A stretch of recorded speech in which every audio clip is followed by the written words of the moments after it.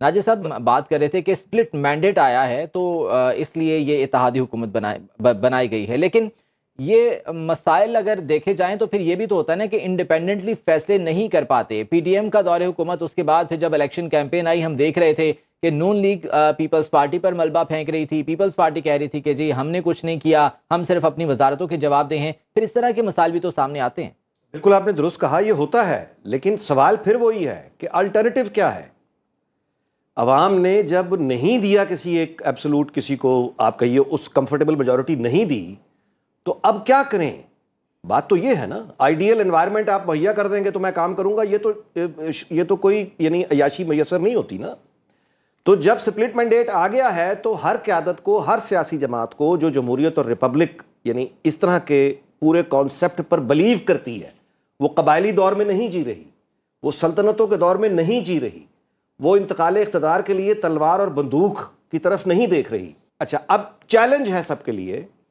कि ये opposing ideas के लोग एक टीम बनाकर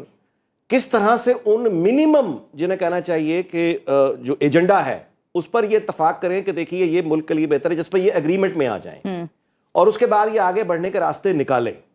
और ये निकालेंगे। अच्छा, हमारे यहाँ इसकी एक और बैकग्राउंड भी है कि यानी ये तो एक नॉर्मल एक फंक्शन करती हुई डेमोक्रेटिक सोसाइटी, उसके मिसाल के तौर पे इंडिया,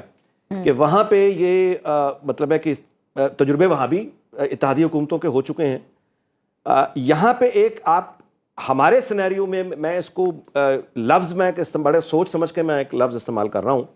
और वो लफ्ज़ ये है कि यहाँ पे एस्टैब्लिशमेंट भी है फैसिलिटेट करने के लिए। एंड टू फैसिलिटेट का लफ्ज़ मैंने बड़ा सोच समझ के इस्तेमाल किया। फैसिलिटेट करने के लिए, इस तमाम अरेंजमेंट को आगे बढ़ाने के लिए